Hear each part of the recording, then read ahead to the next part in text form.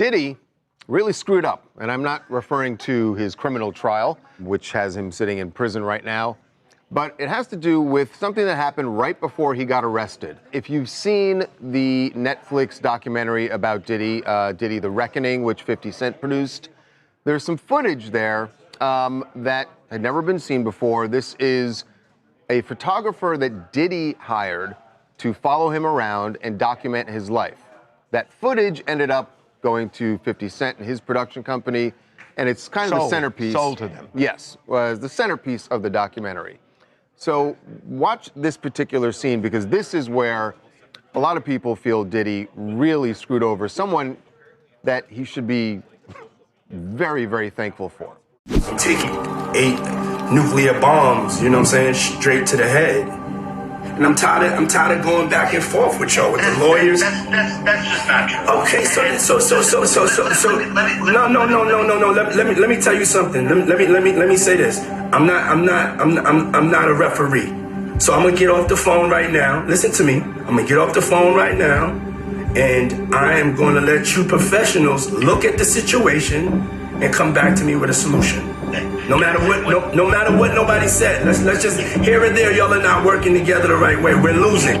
Well, he says we're losing, but the reality is Mark Agnifilo, the person with whom he was speaking, actually won the case for him. This is a huge betrayal. Look, Agnifilo, there is no way he isn't outraged that Diddy was secretly recording him, and this ends up in this Netflix documentary. Mark Garagos, who is my co-host on Two Angry Men, he's represented Diddy for years, and his daughter is part of the Agnifilo defense team, and he was involved in all of this. So in this past weekend's podcast, I pushed him to find out how Agnifilo really feels here, and Mark kind of skirted it some, but I think you get the sense. Diddy knew that Mark was being recorded, but Diddy didn't tell Mark.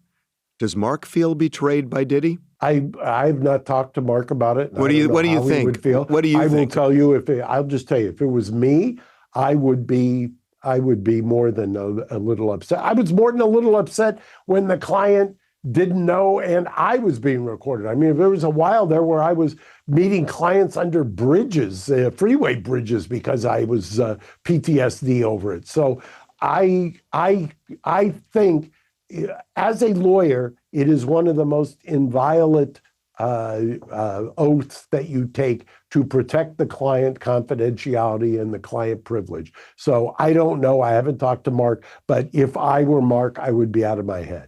Out of my head. It's incredible.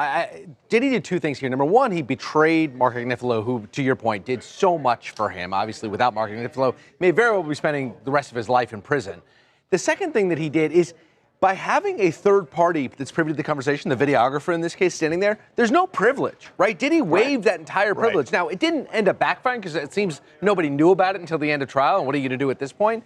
But it's such a callous act by Diddy to just sell out his lawyer like that. It's so selfish. Now, we should say that, remember, Diddy and his team were very upset when they found out that this footage was part of the documentary, and they tried to shut it down, but, you know, the act of taping it is what out. is so the awful. Act of taping it, right. Without Agnifilo's Diddy would knowledge. say that I didn't authorize that video going out, and the argument they've made is that he's the one who has the right, that he owns that footage, but that's a copyright issue. That has nothing to do with the morality of the whole thing. Yeah, the morality is clear. That what's unclear is what kind of a deal did he have with the videographer?